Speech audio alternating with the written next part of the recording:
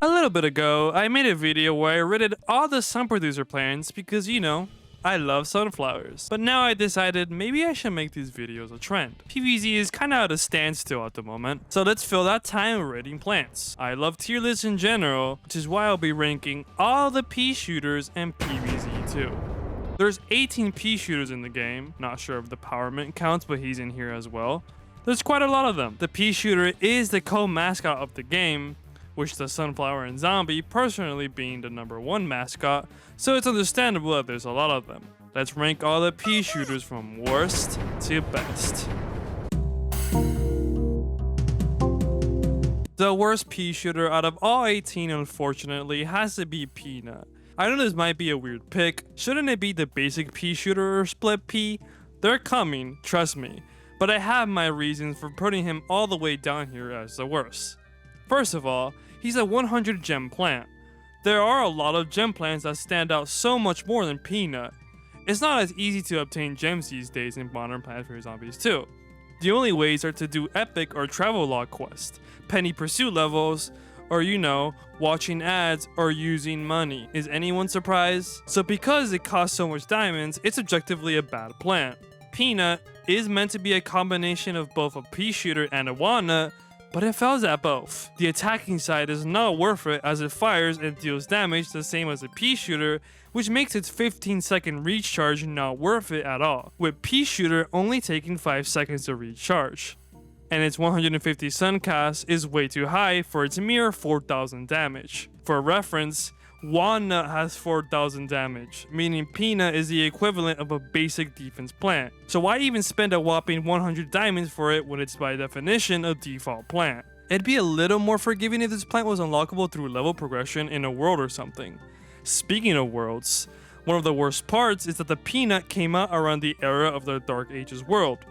The world where jesters can counter peas and wizards can turn defense plants into sheep.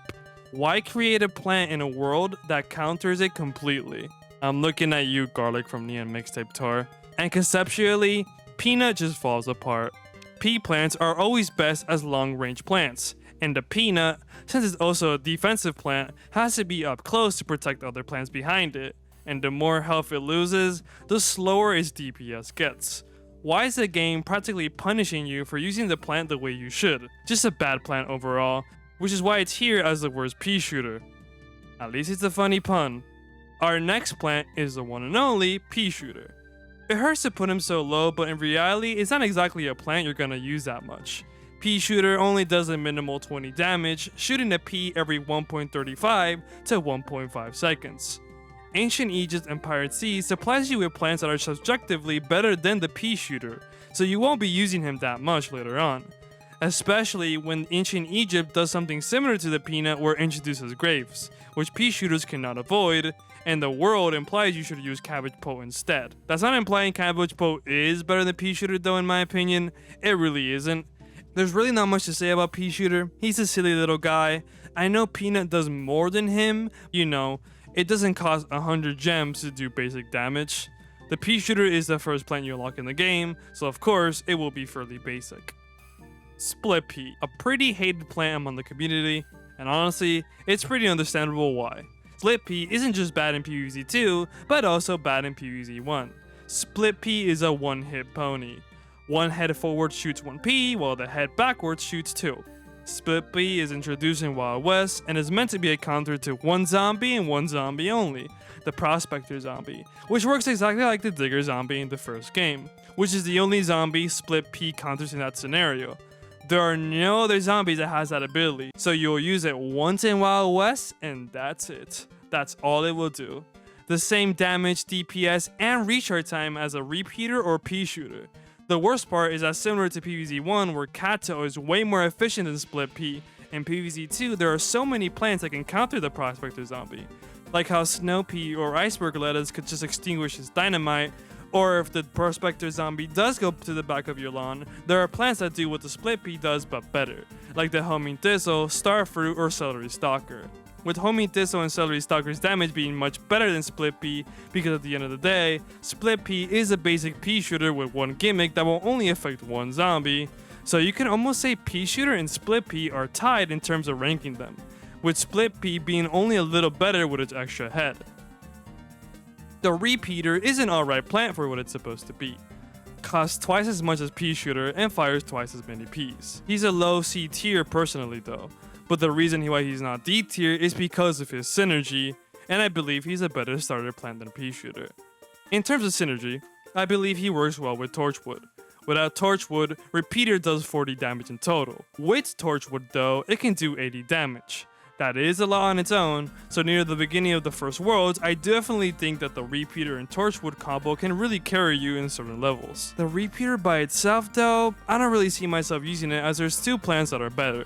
Red Stinger and Laser Beam.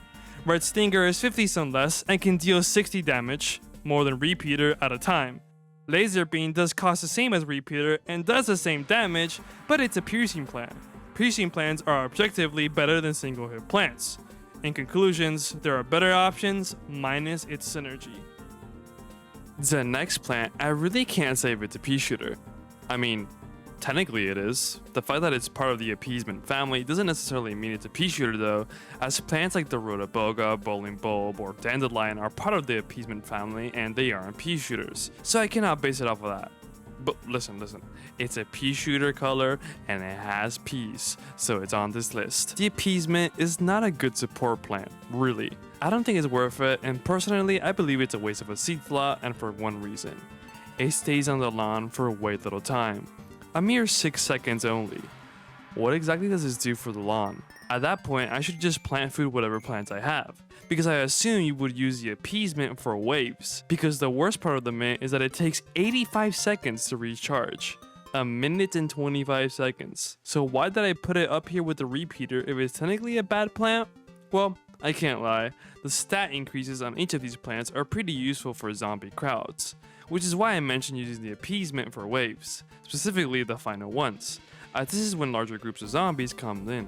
Here's what the Appease-Mint does in terms of increasing Peashooter stats. It increases the Pea Pod's damage by 150. It increases the Pea Vine's damage by 110, as well as increasing the boost it does to other Peashooters by ×4. It increases the Peashooter's damage by 150. It increases the Threepeater's damage by 120, as well as Primal Peashooters. It increases the damage of both Split Pea's heads by 175. Threepeater's damage is increased by 120, and lastly, Mega Gatling Pea's damage is also increased by 120, but its chance to plant food is increased by 25%. Yeah, I cannot lie, that's pretty effective, which is why it's going in the C- tier. Pea Pod. Pea Pod, conceptually, is actually a really good plant. A Peashooter that can increase peas the more heads in the pod? I mean, it's cute. Peas in the pod, it's adorable. Damage wise, with all of its heads, it can deal 100 damage in total. Well, effective, right? Okay, but of course it's a problem. This isn't necessarily the plant's fault, but more so the game. A PVZ 2 level is only 2 to 4 minutes. They're really short because supposedly since it's a mobile game, it has to be rushed. This really strips you off the ability to use strategy, but also, you will not have enough time to complete a Pea Pod. At most, you'll finish 3 pea heads while playing a Wild West level when you have multiple.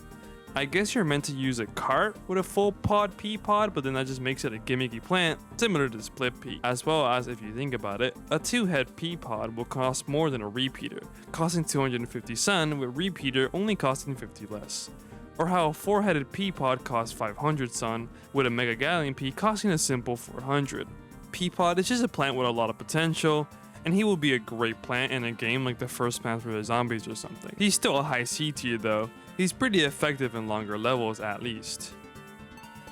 Now, one of my favorite plants in PVZ 1, and PVZ 2 you could say I guess, Threepeater. Just because it's my favorite though, doesn't mean it's necessarily a great plant. It's still really good though. Similar to Threepeater, its synergy is what makes it so effective. Threepeater and Torchwood is very useful together, with the fact that it's multi-lane, and if you don't want to spend 400 sun on Mega Gatling Pea, or don't have him, Threepeater is where it's at. It's not great in adventure mode as much as it is in arena. We can pretend like arena doesn't exist, but unfortunately we cannot. That's why I can place it so high in the first place. Using Threepeater in a mode like Arena works, as Arena is all about spam and zombies coming from different lanes at the same time, and Threepeater is great for that. Like I said, it's a multi-lane attacker, so one Threepeater can deal damage on 3 different lanes.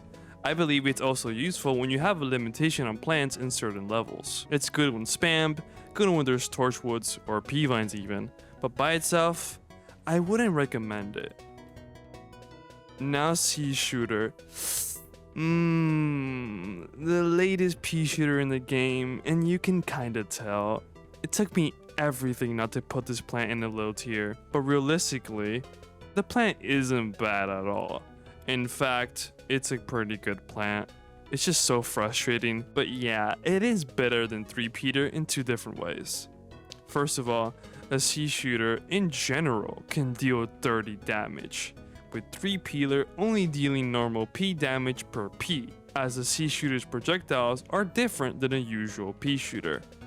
Second of all, for some reason Seashooter can plant food up to 3 neighboring plants around it, as well as synergizing with itself, which is not something Threepeater or other Peashooters can do really. This does make it a pretty high tier plant, and you're probably wondering if the fact that it's an amphibious plant limits its potential. But no, it really doesn't. Even if it's not in Big Wave Beach or around water, it will still work the same and deal the 30 damage mentioned. The only reason why they call it an amphibious plant in the first place is that its damage and attack speed will increase if it's adjacent to water tiles around it. There's only one world with water, so if this plant was strictly dependent on the ocean, it would be right next to Split Pea, but since it can still be used on other worlds, it's up here and a little higher than Threepeater. Don't know if this is a valid reason to not put it a little higher up, but it's incredibly unoriginal. A 300 sun 3-headed Peashooter that shoots 3 peas across lanes? Wow, real creative slingshot. Fire Peashooter, unlike someone like Peanut, is a diamond plant that is actually pretty worth it, and is actually one of the reasons why Repeater is down a tier in the first place. For reference, Repeater does 40 damage in total with its 2 Ps, and costs 200 sun. Fire Peashooter does the exact same thing, but costs 175 sun, a 25 sun difference, as well as its plant food being incredibly effective and powerful compared to Repeaters, sending a trail of fire that deals a whopping 225 damage. And of course, this might seem a little gimmicky, but Fire Peashooter will 100% carry you in frostbite caves. A fast recharge plant that can warm up nearby plants? That's effective. And high damage, of course I'm gonna put this plant pretty high up. It carried me completely in frostbite caves, but it's also effective in other worlds too, which is exactly what plants like Split Pea should be, so it avoids the problem of being too gimmicky. Snap Pea is a pretty good plant. Of course, it has its cons, but it's a pretty fun plant by definition. It works almost exactly like Chomper, and I would say it's actually technically a little better than him.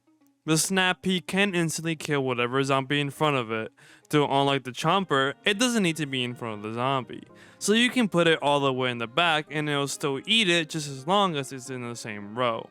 The difference between Chomper and Snap Pea though is that Snap Pea's cheese speed is 20 seconds. The Chomper's is 17 seconds, meaning it's 3 seconds less.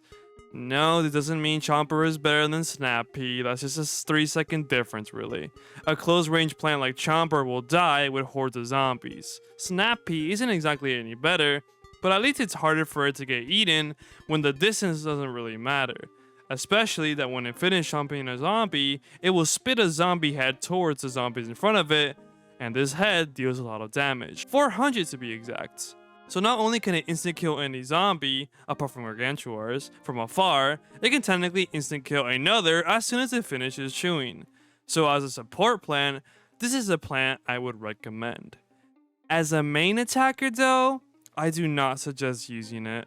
20 seconds is still 20 seconds. So depending on strictly this plant to take care of your lawn isn't something I would recommend. I can praise it as a great support, but it falls apart as anything but that. And good luck using it against gargantuars. It will simply shoot out from the soil and shoot 3 Ps, which obviously isn't enough to handle one. Pretty effective plant apart from that. Sling Pea is when the plants start to shine completely and slowly have less cons the more I go on. Sling Pea is a great plant when handling larger groups, and I'll explain why. First of all, unlike some of the other pea shooters in this list, the Sling Pea can handle more than just whatever zombie in front of it. What makes this plant so different is that it's a multi-attacker plant. How it works is that every 4 to 5 seconds, it will target the 5 zombies closest to your house each time. Each pea does 20 damage, but it has splash damage as well, doing 5 damage in a 1x3 area, which would be effective for hordes of zombies, in contrast to something like the Snap Pea, who struggles slightly with zombie spam. The problem is though that a few of them won't do much for stronger zombies. Their attack is the same as the default Peashooters minus the splash damage, but it's like the lightning read where it straight up sucks when there's only a few of them, but with groups of them, it can be pretty effective. To give you an idea, let's say you have 2 rows of Sling Peas. They will all sling 5 peas that will deal 20 damage, which means in total it can deal 1000 damage. Yeah, you can see why I'm putting it so high in the list. Area plants will always be useful in a game like this. Also, for some reason Sling Pea isn't an Appease-Mint plant, it's an armament. I understand it's because he shoots zombies from above, but like, it's a Peashooter plant. Look at it. Goo Peashooter is pretty busted. You know how Snap Pea was great at being a support plant? Goo Peashooter is great at handling armored zombies. How Goo Peashooter works is that it will shoot poison peas towards enemies. These peas by themselves do 30 damage, already a 10 damage increase from usual peas, but there's a poison gimmick to the plant. Over time, a zombie will take 3 damage with the said poison, as well as slowing them down by 2%. These stats wouldn't be that impressive until you learn that this poison ignores armor, any kind of armor. On top of that, if you have more than one Goo Peashooter in the lane, the poison can stack up the more of them on the lawn. So hypothetically, a zombie like the Brickhead zombie, which has a high 3270 health, could die purely by a group of Goo Peashooter's poison. I think it's pretty clear on why the Goo Peashooter is so high up in this list. It would be an A tier if it wasn't for the fact that it's pretty bad when an overwhelming amount of zombies crowd it. Well, this can apply to many other plants as well, to be honest. Now, Snow Pea. Believe it or not, Snow Pea actually used to be really bad in PVZ too. It wasn't until update 9.1 that really changed Snow Pea up a little bit. Thank God, because this balance update changed everything. Here are the differences from the first game Snow Pea to the second games. In the first game, Snow Pea cost 175 sun, and in the second game, Snow Pea is now 25 sun cheaper. It's a pretty cheap pea shooter, yet it's so effective, but I'll get to that now. The first game Snow Pea is only there to strictly slow down zombies. It does practically the exact same thing as a pea shooter apart from that. The second game's one, on the other hand, now it has a 5% chance to free zombies for a few seconds. 5% is a lot throughout the entire level. And lastly, the first game Snow Pea can only slow down what zombie is in front of it. The second game's one can slow down whatever zombies are behind other zombies. The fact that the second game Snow Pea can do these things makes it a very effective stalling plant. That's why I will put it so high up here. It's meant to stall, and the Snow Pea does his role perfectly. The ability to freeze a zombie the same way an iceberg lettuce could, on top of slowing down whatever zombies around it as well, helps the level not feeling so overwhelming and rushed. Because of this, Snow Pea will be placed on the A- tier. Now the Primal Peashooter. For some reason, all the Primal plants are crazy OP, with Primal Sunflower being one of the best sun producer plants, as you see in my video, and Primal Peashooter is one of these crazy OP plants, as a starting plant like Snow Pea to be specific. What makes this plant a little better than Snow Pea is its damage and its pretty helpful gimmick. Let's start with damage. Primal Peashooter does shoot a little slower than other Peashooters, every 2.85 to 3 seconds to be exact. These rock-like peas can deal 50 damage. To give you an idea, Melonpote does 80, so this is only 30 less and 2.5 times more than a Peashooter. It makes sense why it shoots so slowly then. Slow attacks in favor of higher damage. I'm willing to take that slight time difference to be honest. Now for its gimmick, which is what puts it so high. the Primal Peashooter has a 50% chance to knock back zombies by 1 tile, which doesn't sound like a lot. Something like the Charred Guard can knock a zombie by 3.125 tiles, but for a plant that already deals high damage, that's pretty effective. 50% is actually a lot by definition. To give you some mathematics, since the Primal Peashooter takes 2.85 to 3 seconds to shoot, let's add that and divide it by 2 to calculate its firing interval. This gives us 2.925 seconds per shot. Then, let's divide 1 by that number to give the shots per second, giving us 0.342 shots a second, multiplying this by 60 for the shots per minute, which will give us 20.5. Multiply this by the 50% knockback chance probability, 0.5, and you get 10 Ps knocking back zombies a minute, or 1 knockback P every 5.85 seconds. Gives you a pretty good idea on how effective a 50% chance really can be. Math aside, this heavy damage plant, although can't damage multiple zombies at once, its 2 pros outweigh the con, putting him up in this tier. Electric Peashooter. It starts off as the first A+ plant in the tier list. This plant is an electric plant, and I gotta say, most filament plants, like the electric reed, are actually really useful in groups, as they're all about attacking multiple zombies at the same time, and electric Peashooter does not shy away from this. Let's compare it to a normal Peashooter. The Peashooter does shoot peas faster, every 1.35 to 1.5 seconds like I mentioned before, with electric Peashooter shooting orbs every 2.25 to 2.4 seconds, just a little faster than the Primal. Though the fact that it takes time compared to Peashooter doesn't stop it from being pretty effective. These orbs can go through every zombie in his lane, bypassing shields, the Jester zombie, or of course chickens and weasels, with the orb dealing a small 5 damage, but the bolt around the orb dealing 20 every 0.5 seconds. Compare him to another 200 Sun that can attack multiple zombies in the lane, Laser Beam could hypothetically be seen as better as it does deal a whopping 40 damage. Though, Electric Peashooter's advantage is that not only does it take less time to shoot, as a Laser Beam does take around 3 seconds, the orb moves slow compared to other projectiles, giving it time to not only do extra zombie damage in its own row, but the orb can also do some damage to the zombies of above and below rows as well, putting him on top as a great plant to handle zombie spam. It's a shame that the Power Vine, a filament vine plant, doesn't even power its family plants like how something like the Shine Vine or Pea Vine does. Power Vine really is one of the biggest frauds of PVZ 2, to be honest. I am extremely confident that Shadow Peashooter is one of the more underrated Peashooters. I don't see many people talking about him, but he's actually a great plant and can be considered a little better than Electric Peashooter. Let's start off by saying that its non-shadow form isn't that great. I will admit, it doesn't go through multiple zombies at once and shoots peas that deal 30 damage, pulling in zombies if they get close like the Grimrose, killing them instantly. But you're not gonna bring Shadow Peashooter unless you plan on powering him with a Moonflower or Gloomvine or something. It'd be a little silly to rank him without paying attention to its main mechanic. A Power Shadow Peashooter is insane. Yes, its rating speed will decrease to 2 to 2.5 seconds, though that's around the same speed as the Electric Peashooter and a little less than Primal, which is shocking as it actually does more than the Primal Peashooter.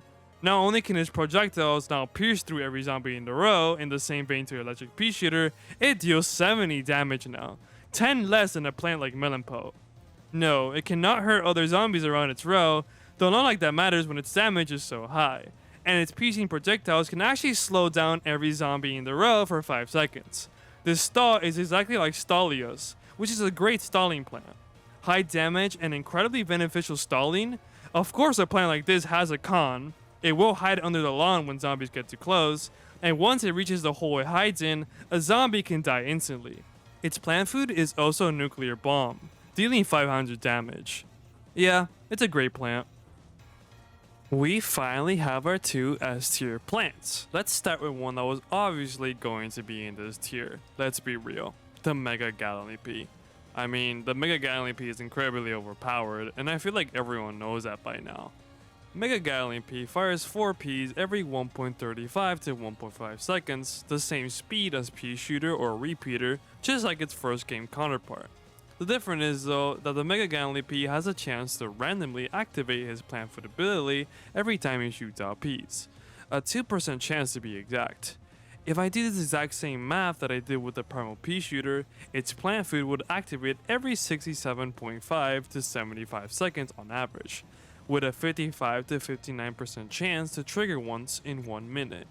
Obviously not a super high chance, it really depends. The 4 Ps in total do deal 80 damage, which is obviously the highest damage out of all the Peashooters I've mentioned. I know I'm all about multi-lane attacks, and Mega Gatling Pea is very much not able to hit more than one zombie at once, but with this high damage and the fact that its plant food can deal a lot of damage, as well as after it plants foods once, it'll shoot 5 Ps instead of 4, making it actually 100 damage afterwards. Yeah, Mega Gatling Pea is clearly worthy of its S tier. You could argue its sun cost is high, but this game gives a lot of sun. You would not have to worry about that. Now, ladies and gentlemen, without further ado, I can now present what I consider the best Peashooter in the game. Drumroll please. Pea Vine. Yes, I know, a vine plant is the highest in this list? How is that possible? Well, Pea Vine in terms of attack works exactly like a Peashooter. Difference is you can place it on any plant, which maximizes damage output pretty effectively. But of course, he's not in the highest tier just because he can be placed on top of a plant. He's what Appease-Mint wants to be, but isn't. He can boost whatever damage of the plant he's on top of. Of course, it has to be part of the Appease-Mint family. A 1.5 times boost to be exact. For reference, a Pea Vine with a Mega Gatling Pea would make a Mega Gatling Pea's damage 120. Yeah, that's pretty great, right? For a low 125 sun cost too. Pea Vine deserves a nice spot in the best Peashooter plant out of all 18. Congratulations, Pea Vine. And that's what we have for ranking all 18 Peashooters. Here's a full tier list summary. Of course, you can disagree. I would actually love to see what rankings you guys have in the comments. Like this video, and I'll definitely make a video where I rank all defense plants. That's about it. See you in the next one.